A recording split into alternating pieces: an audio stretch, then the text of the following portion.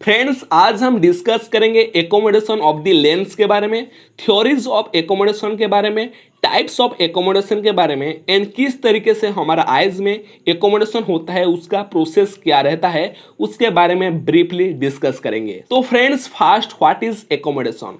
Accommodation is a mechanism in which the eye changes its focusing ability by changing the crystalline lens shape through relaxation of zonules as a result of ciliary muscle contraction. Okay, तो friends ये accommodation क्या है ना, ये एक mechanism है, ये एक प्रोसेस है जहां पर हमारा आइज का जो फोकसिंग एबिलिटी है, फोकस है, वो चेंज होता है। अगर हम डिस्टेंस पे देख रहे हैं तो नियर ऑब्जेक्ट को देखते हैं, इस तरीके से जो हमारा आइज का फोकस होता है वो चेंज होता है। ओके, तो फ्रेंड्स हमारा आइज का फोकस जो है वो कैसे चेंज होता है ना, हमारा जो क्रिस्टलाइन लेंस होता है आइज का, उसका शेप में चेंज होने के वजह से हमारा आइज का फोकस चेंज होता है। ओके, तो फ्रेंड्स ये जो लेंस होता है उसका शेप में कैसे चेंजेस आता है ना, due to relaxation of zonules. Okay, तो फ्रेंड्स हमारे जो सस्पेंसोरी लिगामेंट्स होते हैं, जोन्यूल्स होते हैं, वो रिलैक्स हो जाता है, जिसके वजह से हमारा जो क्रिस्टलाइन लेंस होता है उसका शेप में चेंजेस आता है, वो कॉन्ट्रैक्ट कर जाता है। ओके, तो फ्रेंड्स ये जो सस्पेंसोरी लिगामेंट्स, जोन्यूल्स किस तरीके से रिलैक्स होते हैं ना, due to ciliary muscle contraction. Okay, तो फ्रेंड्स हमारे जो सिलियरी बॉडी में सिलियरी मसल्स होते हैं वो कॉन्ट्रैक्ट करते हैं, जिसके वजह से हमारे जो जोन्यूल्स होते हैं वो रिलैक्स होते हैं। ओके, तो फ्रेंड्स यहाँ पर इस तरीके से मैं कॉम्प्लिकेटेड नहीं रखूंगा, मैं आपको बहुत ही सिंपल तरीके से बताऊंगा एकोमोडेशन क्या होता है ना। जब हम एक नियर ऑब्जेक्ट को देखते हैं, पास का चीज को देखते हैं, तभी हमारा फास्ट जो सिलियरी मसल्स होते हैं, सिलियरी बॉडी होता है, वो कॉन्ट्रैक्ट करता है। ओके, तो फ्रेंड्स जो सिलियरी मसल्स होते हैं उनका कॉन्ट्रैक्शन की वजह से जो हमारा जोन्यूल्स होते हैं, सस्पेंसरी लिगामेंट्स होते हैं, वो रिलैक्स हो जाते हैं। ओके, तो फ्रेंड्स जैसे ही हमारा सस्पेंसरी लिगामेंट्स, जोन्यूल्स रिलैक्स हो जाते हैं, तभी जो हमारा लेंस होता है उसका शेप में चेंजेस आ जाता है, हमारा जो लेंस होता है वो कॉन्ट्रैक्ट कर जाता है एंड हम जो नियर का ऑब्जेक्ट होता है, पास का चीज होता है, वो हम आराम से देख पाते हैं, पढ़ पाते हैं। ओके, तो फ्रेंड्स ये जो प्रोसेस रहता है इसको हम सिंपली कहते हैं एकोमोडेशन। ओके, तो फ्रेंड्स उम्मीद करता हूं समझ में आया होगा।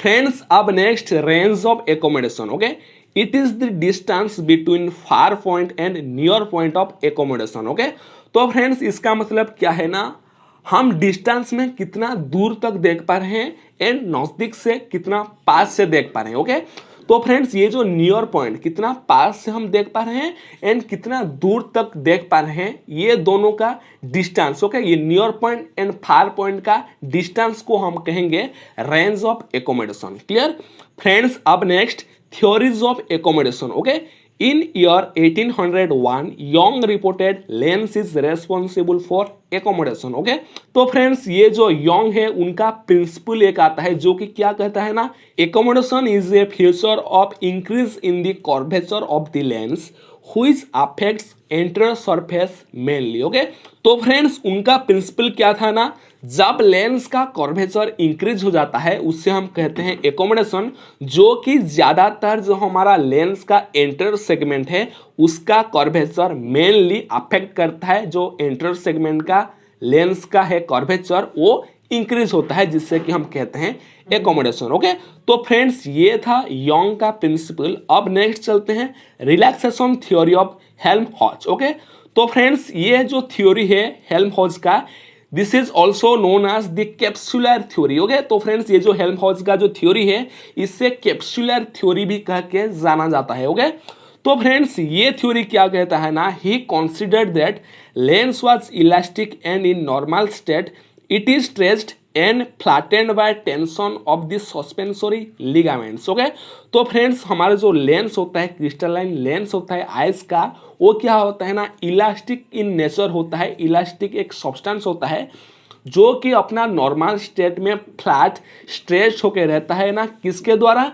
सस्पेंसोरी लिगामेंट्स, जोन्यूल्स के द्वारा। ओके, तो फ्रेंड्स अब next, during accommodation contraction of ciliary muscle shortens ciliary ring and moves towards the equator of the lens, relax the suspensory ligaments, relieving strain, lens assumes more spherical form, increasing thickness and decreasing diameter. Okay, तो friends जब हमारा eyes में accommodation होता है तभी क्या होता है ना, हमारा जो सिलियरी मसल्स होते हैं वो कॉन्ट्रैक्ट करते हैं, देन हमारा जो जोन्यूल्स होते हैं, सस्पेंसरी लिगामेंट्स होते हैं, वो रिलैक्स हो जाते हैं, जिसके वजह से हमारा जो लेंस का साइज होता है, शेप होता है, उसमें चेंजेस होता है, हमारा जो लेंस का कर्वेचर है वो इंक्रीज हो जाता है, ज़्यादा स्पेरिकल हो जाता है, एंड हमारा बेसिकली जो लेंस का डायमीटर होता है वो भी थोड़ा सा डिक्रीज हो जाता है। ओके, सो फ्रेंड्स ये था दो थ्योरीज, एक हमारा यंग का एंड दूसरा हमारा relaxation theory of Helmholtz. Okay, तो फ्रेंड्स अब चलिए नेक्स्ट बात करते हैं टाइप्स ऑफ एकोमोडेशन के बारे में, जो कि बेसिकली 4 टाइप्स के होते हैं। First that is tonic accommodation, second proximal accommodation, third reflex accommodation, fourth convergence accommodation. Okay, तो फ्रेंड्स ये बेसिकली 4 टाइप्स के एकोमोडेशन होते हैं। तो फर्स्ट हम बात करेंगे टोनिक एकोमोडेशन के बारे में। It is due to tones of ciliary muscle and is active in absence of a stimulus. The resting state of accommodation is not at infinity but rather at an intermediate distance. Okay? तो friends ये tonic accommodation क्या होता है ना, हमारे जो ciliary body में ciliary muscles होते हैं उनके द्वारा जो हमारा आइज में एकोमोडेशन होता है। ओके, जो हमारा सिलियरी मसल्स होते हैं उनका एक्टिव की वजह से हमारा जो आइज में एकोमोडेशन अपने आप होता है ना, उससे हम कहते हैं टोनिक एकोमोडेशन। क्लियर? अब next proximal accommodation is induced by the awareness of the nearness of A target. This is independent of the actual डायरेक्ट्रिक stimulus. Okay, तो फ्रेंड्स प्रोक्सिमल एकोमोडेशन क्या होता है ना, जब हम एक नियर ऑब्जेक्ट को देखते हैं, ठीक है, एक पास का ऑब्जेक्ट को देखते हैं तभी हमारा आइज में एकोमोडेशन होता है। ओके, तो फ्रेंड्स जो एकोमोडेशन हम जब पास का चीज को देखते हैं तभी होता है, उससे हम कहते हैं proximal accommodation. Very simple. Clear?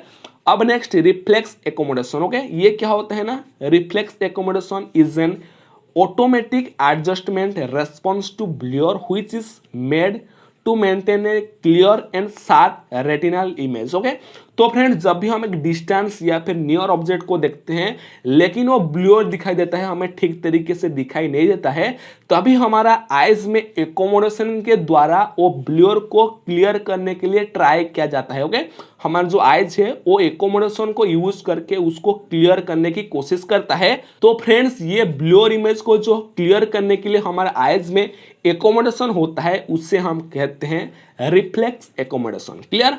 अब नेक्स्ट कॉन्वर्जेंस एकोमोडेशन। ओके, तो फ्रेंड्स ये क्या होता है ना, अमाउंट ऑफ एकोमोडेशन स्टिमुलेटेड और relaxed associated with convergence. The link between accommodation and convergence is known as accommodative convergence. तो फ्रेंड्स इसका मतलब क्या है ना, जब हम एक डिस्टेंस ऑब्जेक्ट को देखते हैं एंड धीरे धीरे उस ऑब्जेक्ट को हमारा पास में लाता है बिना नजर हटाए, बिना फोकस हटाए उस ऑब्जेक्ट से, तभी क्या होता है ना, जब हम उस ऑब्जेक्ट को धीरे धीरे अपने पास लाते हैं एक टाइम में हमारा जो आइज है वो कॉन्वर्ट कर जाता है, जहां पर थोड़ा सा हमारा आइज में एकोमोडेशन होता है, जिससे कि हम कहते हैं कॉन्वर्जेंस एकोमोडेशन। ओके, तो फ्रेंड्स ये था हमारा कुछ एकोमोडेशन के बारे में, थ्योरीज ऑफ एकोमोडेशन के बारे में, टाइप्स ऑफ एकोमोडेशन के बारे में। ओके, तो फ्रेंड्स उम्मीद करता हूं कि जितना सारा चीज आज मैं आपको बताया आपको समझ में आया होगा एंड आप सेशन को एंजॉय किए होंगे। अगर हाँ है तो प्लीज वीडियो को लाइक कीजिए,